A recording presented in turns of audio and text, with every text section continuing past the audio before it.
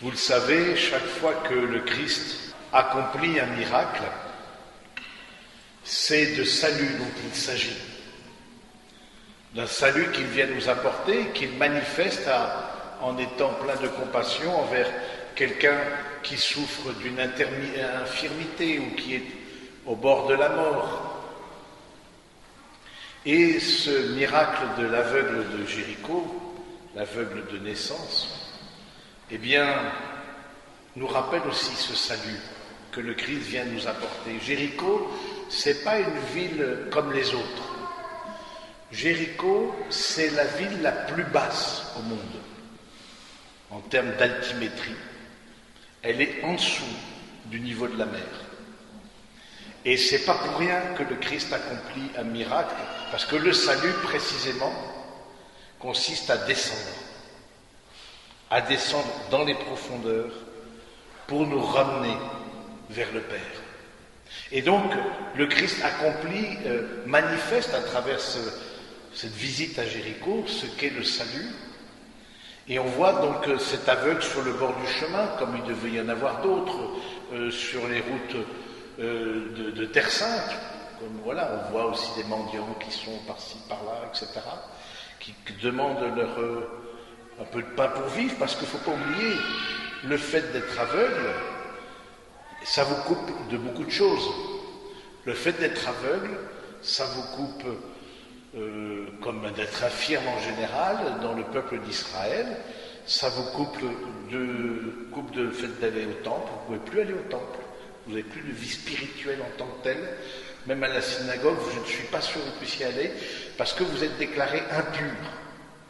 Hein, vous vous rappelez, c'est dans l'évangile de Jean, justement à propos d'un aveugle de naissance cette fois-ci, Pierre dit, est-ce lui ou ses parents qui ont péché? Parce que dans la mentalité biblique, le fait d'être atteint d'une infirmité est le signe du péché, soit de soi-même, soit de sa famille. On ne peut pas travailler, donc la vie sociale n'est pas possible. On ne peut pas se marier, la vie personnelle est très limitée. Et donc cet aveugle, il est là sur le bord du chemin, et donc il est dans une grande solitude, une grande détresse, en plus de ne pas voir, une détresse spirituelle, une détresse sociale, une détresse affective.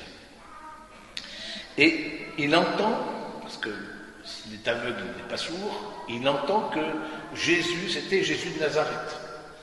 On a dû lui dire, voilà, il faut s'imaginer la scène avec Jéricho baigné de soleil, avec les chemins pleins de poussière, etc., et les disciples qui passent avec leurs grandes robes, etc., bon, et qui, comme les hommes étaient vécus aussi de ce temps-là, donc, et on voit le Christ au milieu, et puis peut-être les enfants qui jouent autour. Bon, il faut s'imaginer, quand on médite sur la parole de Dieu, il faut toujours s'imaginer comment ça peut être. Et donc on voit cet aveugle qui est là, et que personne n'avait vu, sur le bord du chemin, jusqu'à temps qu'il se met à crier. C'est-à-dire qu'on se rend compte qu'il existe quand il crie. Mais beaucoup de gens le rabrouaient pour le faire taire.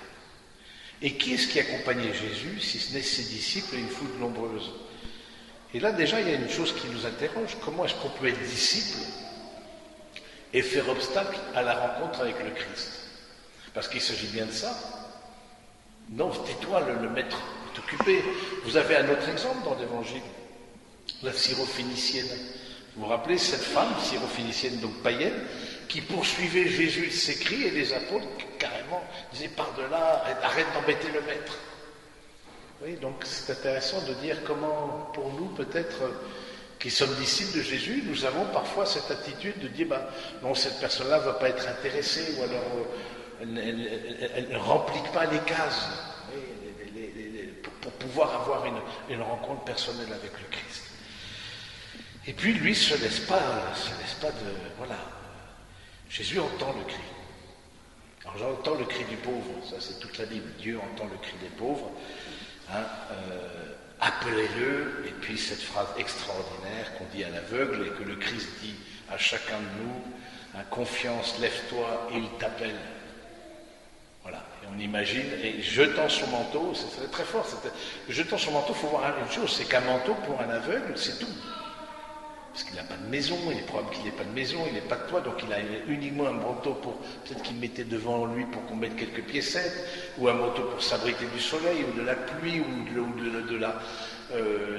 du froid, que sais-je. Je veux dire, son manteau c'était un peu tout, quoi. C'était sa maison, et en même temps son gagne-pain. Et on voit, il jette son manteau. Et forcément, il ne sait pas du tout, il l'a mis, par définition, il est aveugle. Donc c'est intéressant ça. Celui qui va vers le Christ perd ses sécurités, les peu de sécurité humaine qu'il avait, il les perd. Et il va vers le Christ, et donc il courut vers Jésus. Hein, prenant la parole, Jésus lui dit, que veux-tu que je fasse pour toi? Et ça, c'est une parole qui nous est dite de la part du Seigneur lui-même. Et que nous prenions de façon personnelle cette parole de Jésus. Que veux-tu que je fasse pour toi? Jésus est là sur le sacrifice de l'autel et il nous dit à chacun, que veux-tu que je fasse pour toi? Et au fond, qu'est-ce que c'est que la messe si ce n'est le contact avec le salut?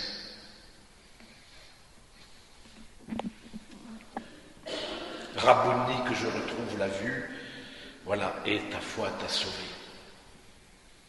Alors je trouve ce passage-là, il est tellement beau, et on imagine cet homme qui, du chemin, sur le bord du chemin, le suivait Jésus sur le chemin. Il a été remis sur le chemin. Il a été sauvé. Il a été sauvé et on imagine qu'une vie spirituelle est à nouveau possible. Il peut à nouveau aller au temple, il n'est plus déclaré impur, pécheur, lui ou ses parents. Il peut peut-être retravailler ou commencer un travail, que sais-je, peut-être former une famille. Mais de voir, je trouve ça intéressant de voir que le salut, ça touche toute notre vie. Le salut que le Christ apporte, c'est pas simplement un salut spirituel, c'est-à-dire un salut qui nous permettrait de nous adresser à Dieu. C'est un salut qui traverse toute notre vie humaine, notre vie sociale, notre vie aussi affective, personnelle. Et quand on demande, et quand Jésus nous demande « Que veux-tu que je fasse pour toi ?», il nous demande, tant au niveau spirituel que social, professionnel ou personnel, « Que veux-tu que je fasse pour toi ?» Et je trouve ça bien dans notre prière que nous puissions voir les choses de cette manière. C'est toute la personne humaine qui est sauvée, pas seulement la dimension mystique. C'est toute la personne humaine qui est sauvée. Et donc, c'est bien la foi qui a permis à cet aveugle de quitter ses sécurités, d'aller vers le Christ, et sans, j'allais dire, sans après, quoi. Je n'ai pas trouvé le mot, sans pudeur, voilà. Il n'a pas mis, parfois on a une pudeur, si vous voulez, mais qui est mal placée. Une pudeur spirituelle qui est mal placée. Hein, on se prive parfois d'un élan du cœur parce que qu'est-ce que vont penser les autres? Et lui, il est sans après et il se jette comme ça. C'est très beau, c'est très fort de voir cette personne-là qu'on imagine qui est au pied du Christ, qui voilà, et on imagine les disciples devaient être un peu interloqués, parce que eux, est-ce qu'ils avaient déjà accompli un tel acte de foi? Pas sûr. J'étais comme ça, témoin d'un acte de foi qui m'a beaucoup marqué lorsque j'étais en Terre Sainte. Et c'est un prêtre qui était, qui accompagnait le pèlerinage.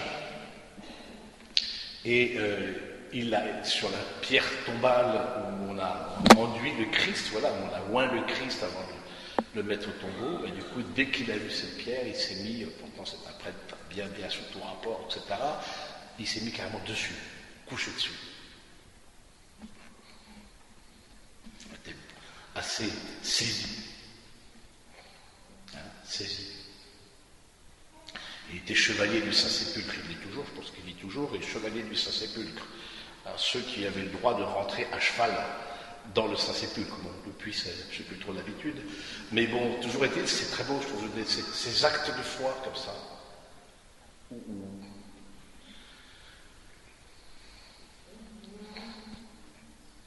Dieu se révèle à la mesure où on se donne à lui.